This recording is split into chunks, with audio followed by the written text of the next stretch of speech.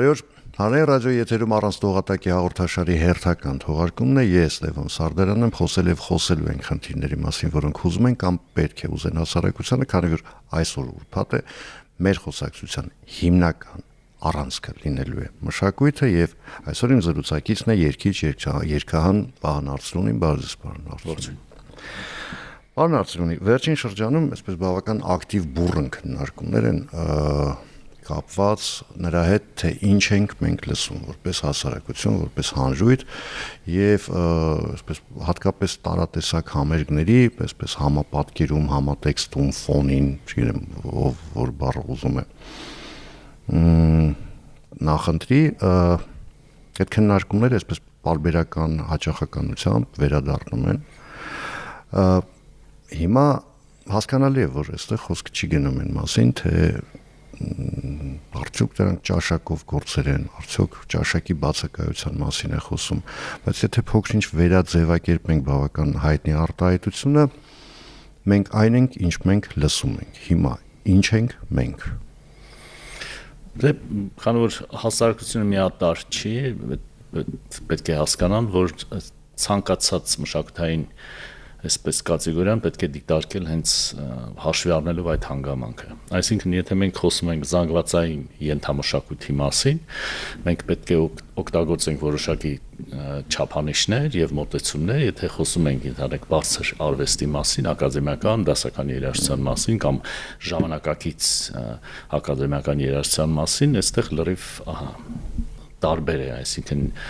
նույն մոտեցումներով մենք չենք կարող բնորոշել երկու երևույթները, հետևաբար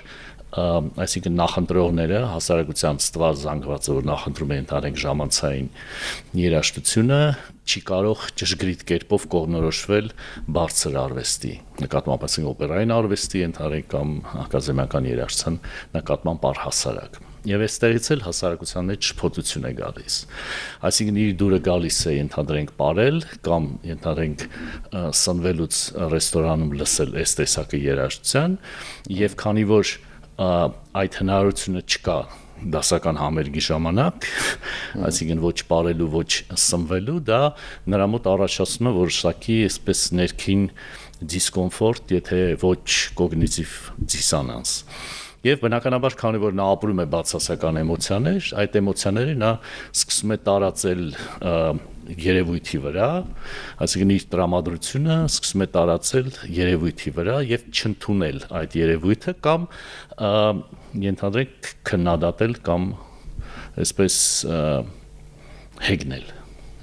Այսինքն շատ հաճախ մենք դա հասկանում ենք, որ դուք ձեր դասականներով,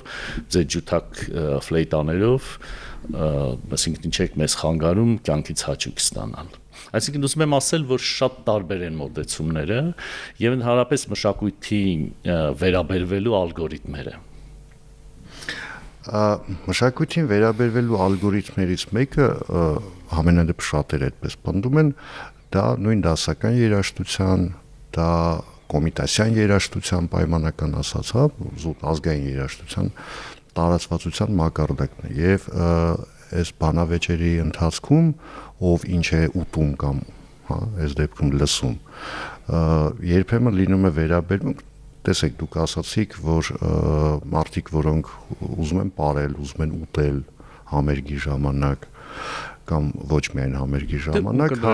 հա ունկնդրելու ժամանակ այսպես ասում են լավ դե հոգնեցիք ձեր ծնծաղաներով եւ ծնծաներով, հա կա նաեւ հակառակը եթե դու ռաբիս ես լսում ուրեմն դու սրիկա ես համարյա այդ մակարդակի է բանավեճը հասնում երբեմն սրիկա ես որովհետեւ դու պղծում ես պղտորում ես այն գետը որից մենք ջուր ենք խմում բոլորս Դե նախ եւ առաջ այստեղ նախընտրությունների այսպես խնդիր ուրիշ բան որ եթե մենք քննենք աղբյուրները կամ ենթադրենք նախադրյալները այդ հակումների, այսինքն ինչու են ենթադրենք հանրության այս զանգված ինչու է նախընտրում ենթադրենք ռաբիս երաժշտությունը կամ ըստ էության ասիական տեսակները երաժշտական, որովհետեւ ռաբիզի հիմքում ոչ թե հայկական մելոսն է, շատ լավ գիտեք դրա մասին, այլ տաճկական կամ պարսկական, մի խոսքով ասիական։ Երբ որ մենք տեսնում ենք, որ տասնամյակների ընթացքում դաստիարակվել է մի սերունդ, որը արդեն սովոր է ընկալել այդ երաժշտական տեսակները որպես ազգային տեսակ, նրան շատ դժվար է, ասին հասուն մարդիկ են, եթե նրանք 30, 40, 50 տարեկան մարդուն շատ դժվար է հասկացնել եւ համոզել, որ այնինչ դու սիրել ես քո ամբողջ կյանքում, իրականում հիմքում ունի լրիվ այլ երաժշտական ավանդույթ, տրադիցիա։ Ընդ որում պիտի ասեմ, որ ռաբիզը որպես այդպիսին դա այդ տրադիցիայի, ասիական տրադիցիայի աղավաղումն է, այսինքն բուն այդ տրադիցիան չի, որտեղ իրականում արևելյան երաժշտությունը հետաքրքիր է եւ խորը, դուք շատ լավ գիտեք,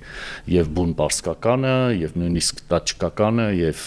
արաբական երաժշտությունը այդտեղ խորություններ կան, հոգեվոր այնպիսի շերտեր կան, որ այդ են վայնասունը չի, որ մենք երբեմն որպես վերջերս շատ հետաքրքիր մի հարցազրույց ունկնդրեցի եւ դիտեցի ինտերնետում, երբ ժողովրդական անսամբլի ղեկավարը, անունը չեմ հիշի նրան, հստակ բացատրում է, որ այսինքն ինչու չպետք է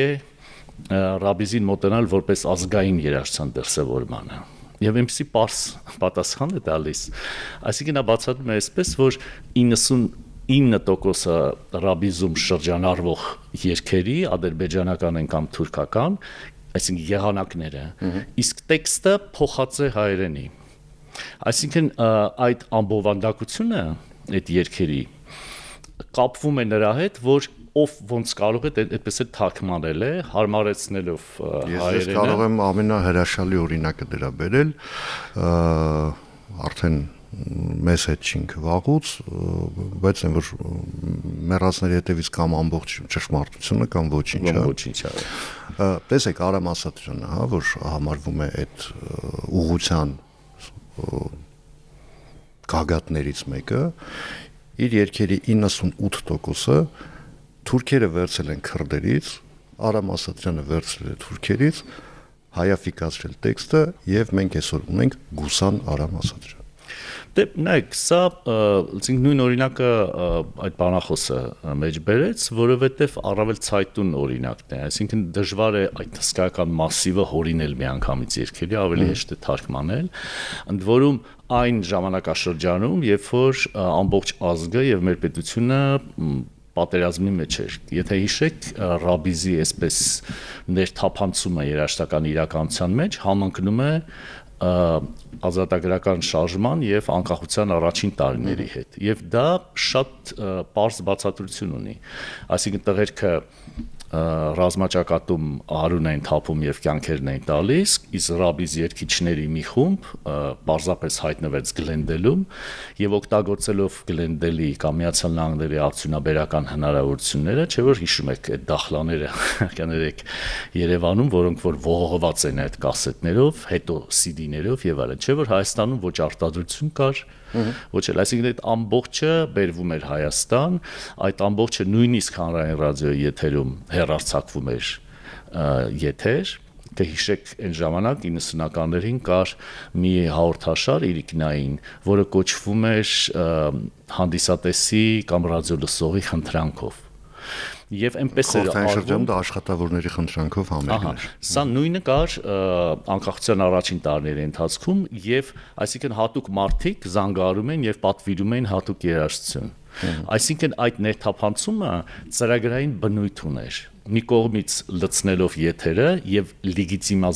լիգիտիմացնելով ենթարեք կինոյի շնորհիվ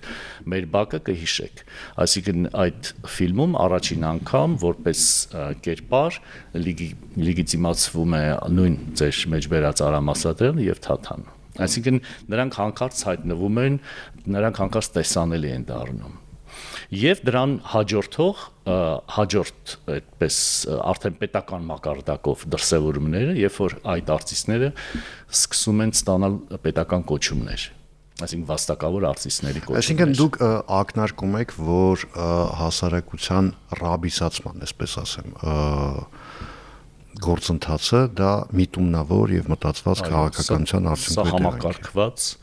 համակարգված ծրագրային նպատակ էր, ընդ որում պետական մակարդակով, որը ի դեպ շարունակում է մինչ օրս։ Մենք տեսնում ենք, որ նույն արտիստները ընդհանրեք պետական նշանակության տոների ժամանակ կամ տոնախմբությունների ժամանակ ստանում են հարթակներ, բաց հարթակներ եւ հասարակությունը այսպես նույնիսկ առանց տոմս առնելու ազատ այսպես հնարավորություն ունի հաղորդակցվելու այդ տեսակի հետ երաժշտական։ Երեք ժամանակին երբ այդ վեճը գնում էր, այդ ռաբիսացման դեմ խոսակցությունները երբ կային, դեռևս սաղմն էին փուլում։ Այդ թվում նաև ես պնդում եմ, որ դուք խափում եք, երբ ասում եք, որ հանրությունը ձեզնից դա պահանջում է, դրա համար TV-ից դա չի իջնում, հա, էկրաններից դա չի իջնում։ Ես ասում եմ, դուք հատուկ եք արել, դուք արել եք այնպես, որ մարդիկ սկսեն դա անցալել որպես նորմա, ինչպես ասենք ժամանակին իմիջայլոց խորհրդային շրջանի մասին շատ են խոսակցություններ լինում, ընդ որում խոսք է գնում նաև գուսանական երաժշտության մասին։ Գուսանական երաժշտության գոհարներ մենք հիմա ես ու դուք կարող ենք թվարկել առանձին գործեր, բայց այնտեղ կան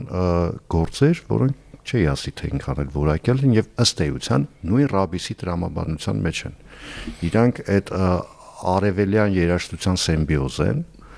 որոնք ոչ մի ուղիղ առնչություն չունեն, ասենք իրանական երաժշտության հետ արաբական կամ անգամ թուրքականի հետ սիմբիոզ են, ընդ որում վատ սիմբիոզ, եւ քարոզվում էր հենց դա։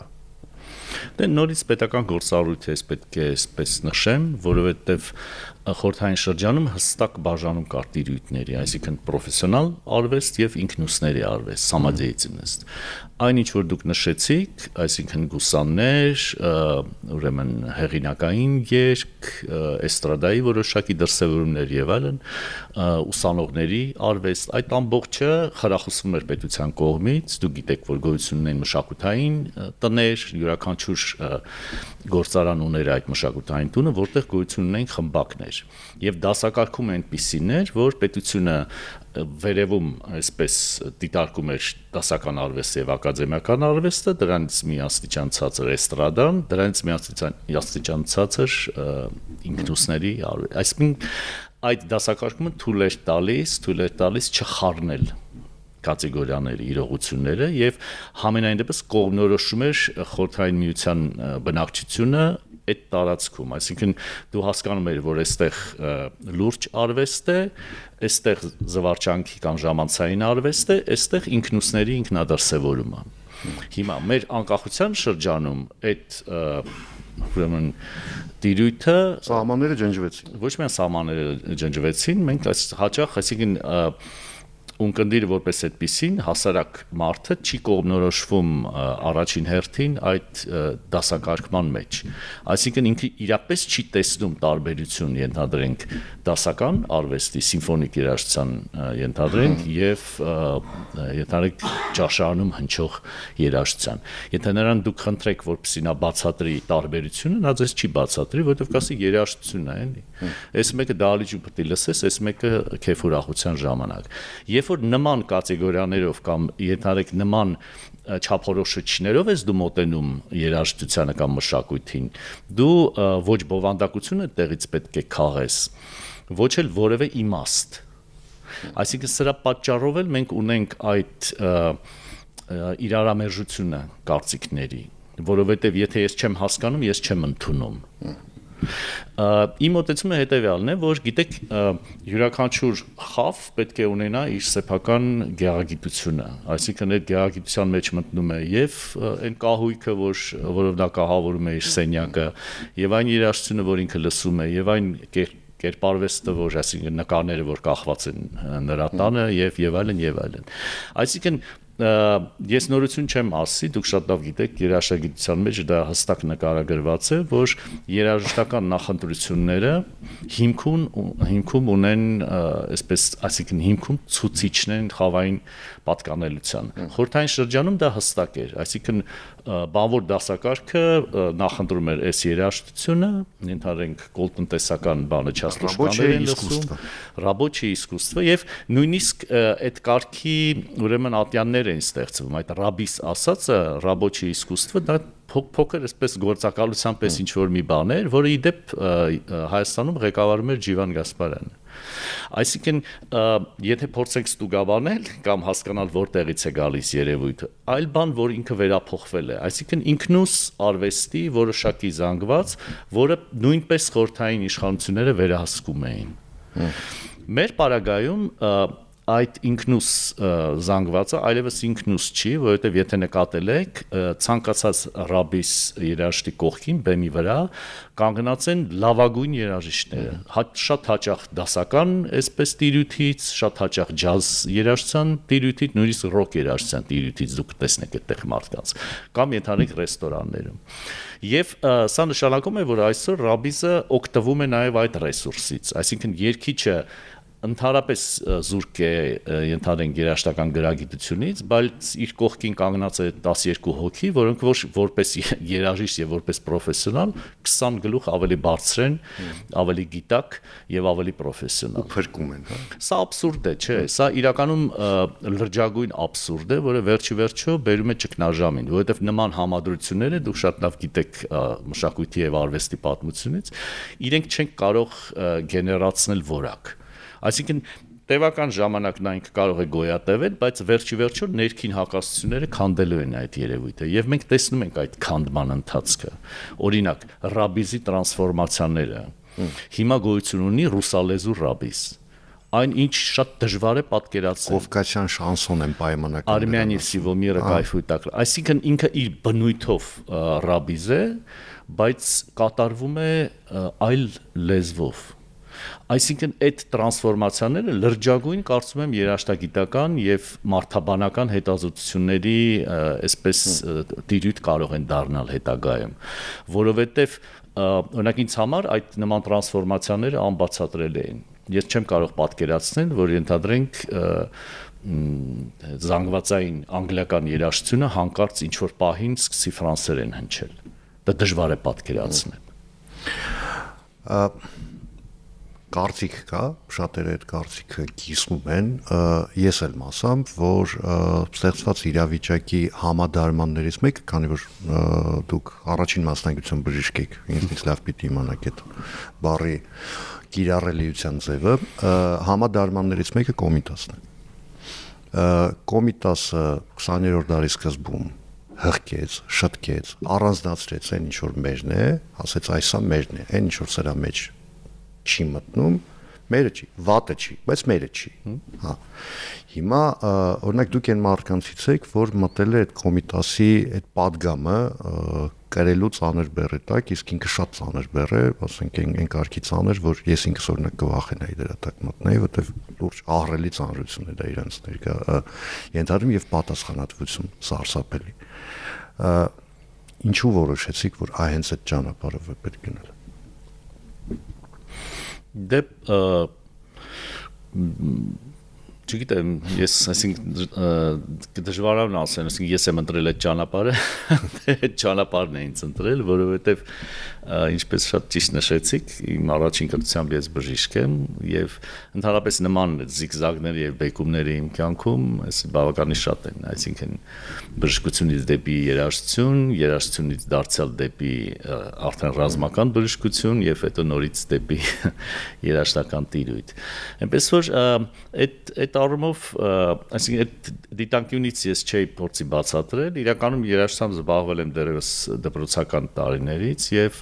իմ հետաքրությունը եւ օրինակ ռոք երաժշտությամբ եւ ազգային երաժշտությամբ եւ հոգեվոր հայկական երաժշտությամբ, այսպես ժամանակագրական իմաստով նույն շրջանի բաներն են։ Այսինքն օրինակ 16 տարեկանում ես առաջին երգը գրեցի Կոմիտասի բանասրտիչների իման վրա ճանապարհը, միաժամանակ մի տխրությունը Ռազմիկ Դավայանի բառերով։ Եվ այսպես շարունակվել է տարիների ընթացքում, այսինքն այդ եթե դա իհարկե նկատի ունենք, Կոմիտասյան այդ շարքը Կոմիտաս 10 հայտնություն շարքը, որը հիմնված է Կոմիտասի 10 բանասրտիչների իման վրա, այդ շարքը ստեղծվել է, այսինքն ես սկսել եմ 16 տարեկանում, ավարտի եմ բերել 37 տարեկանում։ Այսինքն երբ որ ներկայացրեցի հասարակությանը արդեն պատրաստի ձայնասկավառակը։ Այնպես որ սա այսպես միանգամից չի եղել եւ այսինքն կտրուկ որոշում կայացնելու բան չի եղել։ Ժամանակի ընթացքում իրադարձությունների բերումով այդպես է ստացվել։ Իսկ այդ պատասխանատվությունը, որի մասին դուք ասում եք, ես կիսում եմ գրեթե բոլոր Կոմիտասի անվան կոնսերվատորիայի շրջանավարտների հետ, որովհետև ամբողջ այդ տրադիցիան եւ կոմպոզիտորական եւ կատարողական արվեստի, որը տասնամյակներ շարունակ 100 տարուց ավել արդեն հաստատված է մեր երկրում, նկատի ունեմ կրթությունը երաժշտական եւ մեր կոնսերվատորիան, որպես այդպիսին այդ ամենը հիմնված է կոմիտասյան սկզբունքների, կոմիտասյան հսկայական աշխատանքի եւ առաքելության վրա։ Ուրիշ բան, որ այսպես կան մարդիկ, որոնք ավարտելով կոնսերվատորիան այդքան էլ հետևողական չեն, բայց կան նվիրյալներ եւ մենք ունենք եւ երաժշտագիտության ոլորտում եւ կատարողական արվեստի ոլորտում փայլուն նվիրյալներ ունենք։ Պրոպագանդելու իմաստով ես հիշում եմ սրանից տարիներ առաջ թեմա եղավ, որին դուք բուրըն ակտիվն մասնակցում եք ու ասում եք, որ երաժիշտները, երաժշտասերները զրկվում են որոշակի հնարավորություններից, ասեմ, իրավունքներից, ասեմ, հիմա այդ խոչընդոտները թվում են թե վերացել են։ Հիմա դուք առաջիկայում, եթե չեմ սխալվում, բավական մեծ ծրագրեր ունեք, խոչընդոտները բայց վերացան, թե իրանք որպես այդպեսին մնում են։ Գիտեք, վերջին փոփոխությունները մշակույթի մասին օրենքում վերջապես այսպես իրավաբանական նկարագրությունը տվեցին ազատ արվեստագետին, այսինքն այդ բնորոշումը, այդ բանաձևումը իրավաբանական վերջապես հայտնվեց օրենքի դաշտում, այսինքն մենք կարող ենք կարդալ օրենքը եւ այդտեղ բնութագրվում է, թե ով է ինքնազբաղ, ուրեմն ստեղծագործողը կամ արվեստով զբաղվողը։ Սա շատ կարևոր է, որ կա, բայց սա որոշակի գործընթացի սկիզբ է, որովհետև մենք մտնում ենք արդեն իրավունքի դաշտ եւ այստեղ կարծում եմ, որ մեծ ճանապարհ դեռևս ունենք անցնելու, որովհետև իրավական իմաստով ենթադրենք ազատ արվեստագետի այսպես կարգավիճակը խիստ տարբերվում է ենթադրենք հաստիկային արվեստագետի կարգավիճակից, ինչպես նաև հնարավորությունները եւ պետության կողմից տրվող երաշխավորվող հնարավորությունները ազատ ստեղծագործելու եւ ինքնադրսևորվելու եւ ինչպես նաև պարտավորությունները պետության առաջ։ Այսինքն այդ իմաստով դեռևս ոչ մեխանիզմներ են մշակված, ոչ էլ կարգավորումները կան որպես այդպիսին, բայց այն հանգամանքը, որ պետությունը այսպես արդեն տեսնում է դաշտում ազատ արվեստագետին, թույլ է տալիս այսօր ավելի ազատ շփվել օրինակ դահլիճների տնօրինության հետ եւ այլն, այսինքն իրենք այլևս մոլորության մեջ չեն, նրանք գիտեն, որ նաեւ պետք է հնարավորություններ տրամադրել ազատ արվեստում գործող արվեստագետներին եւ ես գիտեմ, որ հատկապես օրինակ հայկական ֆիլհարմոնիան եւ Արնո Բաբաջանյան համերգային դահլիճը այդ առումով հսկայական գործ է անում, արդեն 3-րդ հարթակն են բացել համերգային այդ շենքի ներսում եւ գրեթե բոլոր ժանրային տեսակները, որոնք վերաբերում են կամերային երաժշտությանը, այսինքն սկսած դասական երաժշտությունից ընդհուպ միջև պրոգրեսիվ երաժշտություն կամ ջազ ներկայացված են եւ դուք կարող եք տեսնել, որ շատ ինտենսիվ են, յուրաքանչյուր օր 1 կամ 2 մշակութային միջոցառում կա այդտեղ։ Կարծում եմ սա հիանալի օրինակ է եւ որը պետք է ծառայի որպես մոդել հարաբերվելու մնացած բոլոր դահլիճների, թատրոնների եւ բեմահարթակների համար։ Պարոն Արսունի, տեսեք, ահավոր կարևոր է, սարսափելի կարևոր է մշակույթի համար այն միջավայրը, որի մեջ ինքը զարգանում է, հա։ Ես եւս մեկ խոսակցություն կհիշեցնեմ, հին Երևանցի, չերևանցի եւ այլն կհիշեք, հա, նույնիսկ մենք ենք միասին ենք բանավիճել այդ թեմայով, բայց հիմա խոսքը այդ մասին չի։ Խոսքը մի քիչ այլ կերպ ձևավորեմ, քաղաքային մշակույթը մեր մոտ, այսպես ասեմ, ժամանակին կար բոհեմ, անկեղծ ասենք, բոհեմը մեռավ։ Վերջին մոհիկանները արդեն գնացին, նոր բոհեմ որպես այդպեսին չձևավորվեց, հա։ Եթե անգամ նույնիսկ կան մարդիկ, որ ասում են մենք բոհեմը կրողներն ենք եւ այլն, հավատացնում եմ ձեզ իրենք սուտ են ասում, որովհետեւ այստեղ կամ այնտեղ հարբեցողությամբ զբաղվելը դեռ բոհեմ չի, հա, ընդունում ենք սա։ Հիմա տեսեք, նոր բոհեմ չձևավորվեց, ըստ էության քաղաքային մշակույթը մնաց օդում կախված։ Հա, որովհետև այդ բոհեմի ներկայացուցիչները, որոնք ընդ որում ամբողջ մտավորականությունը չէին ներկայացնում, իրանք մտավորականության սահմանափակ հատվածներ էին ներկայացնում, բայց օրինակել էին հաջորդ սերնդի համար։ Հիմա այդ հաջորդ սերունդը վերցնելու բան չունի, այսինքն քաղաքային մշակույթը, որը բոհեմի միջոցով փոխանցվում էր այս սերնդից հաջորդ սերնդին, ինքը ըստ էության մասնավորապես Երևանում չկա, եւ դա լրջագույն խնդիր է այդ թվում նաեւ մշակույթի համար, որովհետեւ դե աղբանոցում շատ բան չես աճեցնի, չէ։ Ես կարող եմ վիճել Լևոն, որովհետեւ ես այս դրա համար էլ այդպես ագրեսիվ հարց տվեցի։ Բոհեմը միանգամից չի կարող կայանալ, այսինքն մենք կարող ենք միանգամից կորցնել, ենթադրենք այդ ձեր ասած բոհեմի ներկայացուցիչները մի օր կարող են ճամպրուկները հավաքել եւ հեռանալ երկրից, դու այլևս չես ունենա այդ բոհեմը։ Եվ մենք նաեւ պատմական նման շրջաններով ենք անցել, այսինքն մենք կորցրել ենք մեր ամբողջ գիտական ներուժը, մշտապես կորցնում ենք ստեղծագործական եւ կատարողական արվեստների դաշտից եւ կերպարվեստից, այսինքն այդ արտահոսքը ստեղծագործական ռեսուրսի ինքը արկա է կա։ Բայց ինչ վերաբերվում է մայրաքաղաքային կյանքին եւ այստեղ պետք է օբյեկտիվ լինենք, այսինքն մենք հիմա առնչվում ենք այնպիսի երևույթների հետ, որոնք երբևիցե Հայաստանում կամ մայրաքաղաքում Երևանում չեն եղել։ Պետք է սկսեմ օրինակ ֆրեսկո փառատոնի օրինակով, որը գիտեք Սուրբ Աննայև կաթողիկ է եկեղեցու տարածքում էր կազմակերպվում մոտավորապես 10 տարի թե 10 տարուց ավել եւ հանրության համար բաց ցուցադրություններ կինոյի եւ պարտադիր համերգային ծրագիր, ընդ որում շատ լայն դիապազոնով, այսինքն այդտեղ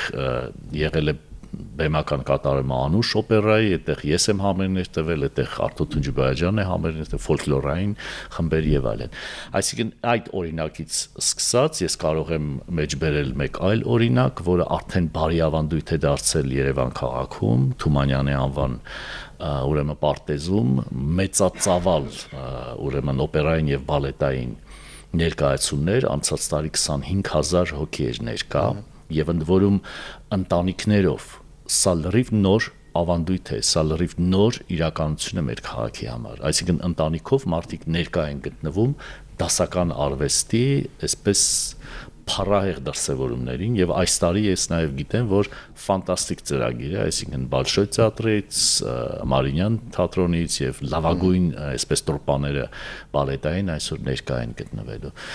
Եվ ակումբային կյանքի աշխուժացումը իհարկե քիչ են ակումբները, բայց մենք այսօր ունենք ռոք ակումբներ, որտեղ կարող եք լսել ժամանակակից ռոք երաժշտություն, ունենք ջազային ակումբ Ուլիխանյան եւ ունենք լրիվ նոր այսպես դրսևորում, այսպես ասած բոհեմյան կյանքի, դա համերգաշարեր են, որոնք որ կազմակերպվում են ցուցասրահներում։ Այսինքն նման համերգաշարի նախաձեռնողներից մեկն էլ ես եմ, Արդիան ցուցասրահում 2.5 տարվա ընթացքում մոտավորապես 80 համերգ միայն իմ մասնակցությամբ է կազմակերպվել։ Հիմա ես փոխել եմ լոկացիան եւ այդ համերգների շարքը շարունակում ենք Գիգիթյանի անվան ուրեմն ազգային գեղագիտության կենտրոնում։ Այնպես որ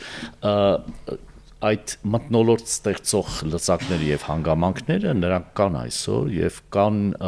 այսինքն նվիրալներ, որոնք որ այդ ընթացքներին իրենց եւ ստեղծագործական կարողությունները եւ